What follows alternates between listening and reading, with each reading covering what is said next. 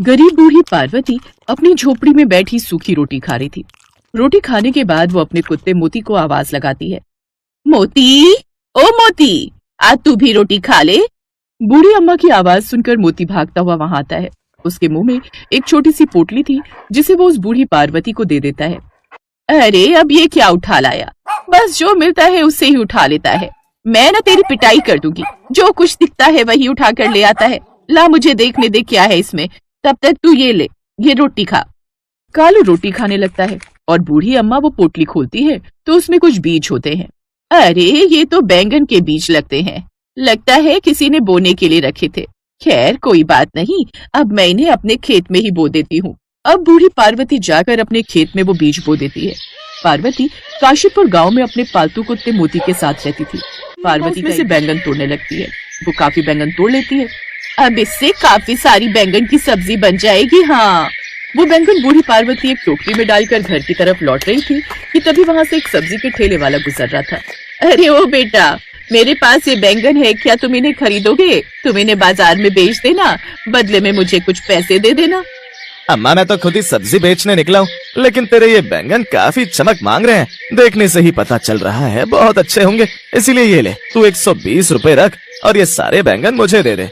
अच्छा ठीक है, ला दे। अब पार्वती ने पूरे 120 रुपए में वो बैंगन बेच दिए और एक बैंगन अपने लिए रख लिया। उन बैंगनों को बेचकर जो उसे पैसे मिले उससे वो आटा खरीद कर ले आई। फिर शाम को घर आकर, आज तो हमारे यहाँ भी मोती बैंगन की सब्जी और रोटी बनेगी।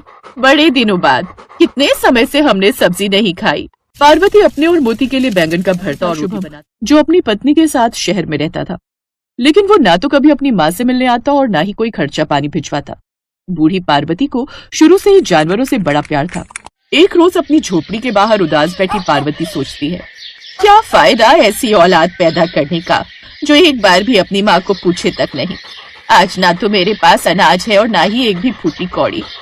मोती, तू भी भूखा होगा खाने को। आज मेरे पास कुछ नहीं है, तू और मैं आज पानी पीकर ही पेट भर लेते हैं। बूढ़ी अम्मा खुद भी पानी पीती है और उसे भी पीने को देती है। इसके बाद वो खेत में चली जाती है, जहाँ जाकर वो हैरान रह जाती है। वहाँ उस खेत में एक बड़ा सा पेड़ लगा हुआ था जिसमें ढेर सारे बैंगन लगे हुए थे। साथ ही पूरे खेत में भी बैंगन ही बैंगन लहरा रहे थे। हे भगवान, ये कैसा करिश्मा है, कल ही तो बीज बोए थे और आज इतने सारे बैंगन लग भी गए और ये पेड़ पर भी इतने सारे बैंगन, ये तो कोई जादू ही हो गया। फिर दोनों बड़े मजे से रोटी खाते हैं। अगले दिन पार्वती फिर से खेत जाती है तो फिर से ढेर सारे बैंगन लगे देख बड़ी खुश होती है। ये तो सचमुच कोई जादुई बैंगन लगते हैं जो खत्म ही नहीं हो रहे। ऐसा लगता है कल जितने बैंगन तोड़े थे आज फिर से उतने ही हो गए। अब वो और बैंगन तोड़ कर लाती और फिर से वहाँ से गुजर रहे उस सब्जी वाले को बेच देती है। ले बेटा, आज और बैंगन खरीदेगा? यार ये बुढ़िया तो रोज पीछे पड़ गई है, लेकिन कुछ भी कहो बैंगन तो इसके काफी अच्छे थे। कल ठेले पर रखते सब बिक गए थे। अच्छा अम्मा, मैं खरीद तो लूंगा लेकिन ज्यादा भाव नहीं दूंगा। जो मंडी में चलता है उससे आधे भाव में बेचोगी तो बताओ। अब मैं बूढ़ी कहाँ दूर दूर जाकर ये सब्जी बेचूं, इसलिए तुझे जो भी दाम देने हैं दे दे। ठीक है, तो फिर ये लो 50 रुपए। पहले तो वो चुप हो जाती है, फिर उन पैसों को अपने सर पर छुआ कर उस सब्जी वाले से कहती है, तेरा बहुत बहुत शुक्रिया बेटा। हाँ ठीक है ठीक है, अभी तो देखते ही देखते बिक जाते हैं। रमा, अब मैं सोच रहा हूँ क्यों ना मैं खुद ही जाकर उसके खेत से सारे बैंगन चुरा लूं, फिर उससे जो भी लाभ होगा वो सीधे सीधे मुझे ही होगा। ठीक कहते हो जी, फिर उस बुढ़िया को वो पैसे भी नहीं देने होंगे। रात को श्यामू पार्वती के खेत में जाता है जहाँ काफी चमकदार ढेर सारे बैंगन लगे हुए थे। इस बुढ़िया ने बड़े ही अच्छे बीज लगाए हैं। अभी तक 2 बोरी भर चुका हूँ, फिर भी कितने सारे बैंगन अभी बाकी हैं। 2 बोरी और भर लेता हूँ। 4 बोरी बैंगन भरकर श्यामू अपने घर आ जाता है और उन बैंगनों को घर में रख लेता है। फिर अगली सुबह, क्यों रे मोती, रात भर इतना क्यों भौंक रहा था? मुझे ठीक से सोने भी नहीं दिया। शायद तुझे भूख लगी होगी। रुक, मैं जल्दी से तेरे और अपने लिए रोटी बना देती हूँ, फिर मुझे खेत जाकर वो बैंगन भी तोड़ने हैं। सब्जी वाला आता ही होगा। पार्वती जल्दी से दोनों के लिए खाना बनाती है।